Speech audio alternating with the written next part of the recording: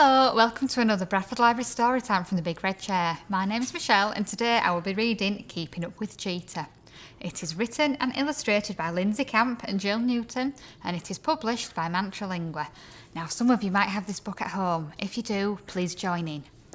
Let's begin.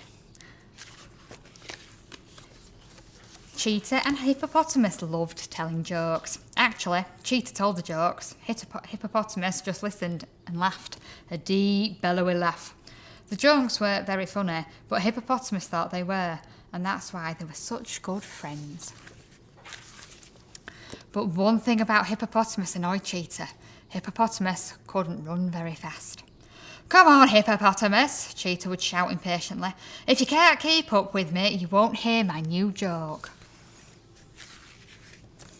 But it was no good. Hippopotamus couldn't run as fast as Cheetah, so Cheetah made friends with Ostrich instead. Hippopotamus felt like crying, but instead he practiced running until he was out of breath that he had to lie down. And he knew he couldn't keep up with Cheetah.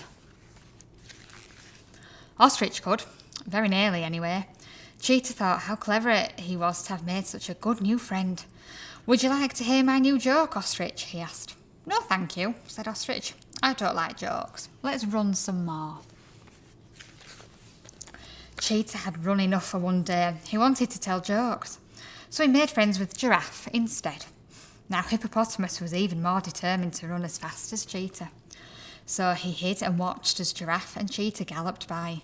Giraffe's long legs flew out in front of, and Cheetah lashed his tail from side to side to keep his balance. Aw, poor Hippo. Then Hippopotamus tried to do the same. It wasn't easy. Hippopotamus fell down with a crash. It would be a long time before he could keep up with Cheetah.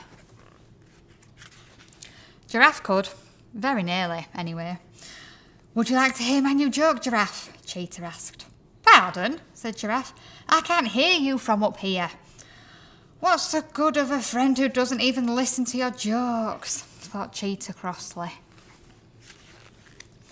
And he made friends with Hyena instead. When Hippopotamus saw this, he felt hot and bothered.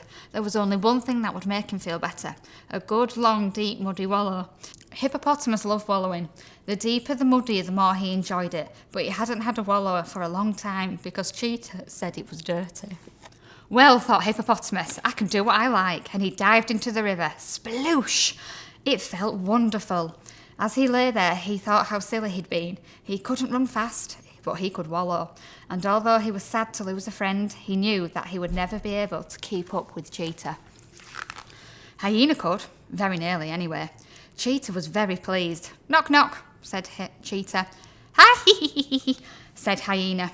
"You're supposed to say who's there," snapped Cheetah. "What's the point of telling my new joke if you laugh before I get to the funny bit?" "Ha!" screamed Hyena. Then Cheetah realised that what he really needed was a different sort of friend. He could run by himself, but telling jokes was only fun if someone listened, and only laughed at the funny bits. Where could he find a friend like that? He already had one. Cheetah ran to the shady tree, but Hippopotamus wasn't there. As Cheetah walked slowly away, he thought how silly he had been to lose such a good friend. Suddenly, he saw a pair of eyes watching from the river. "Knock, knock," said Cheetah. "Who's there?" said Hippopotamus.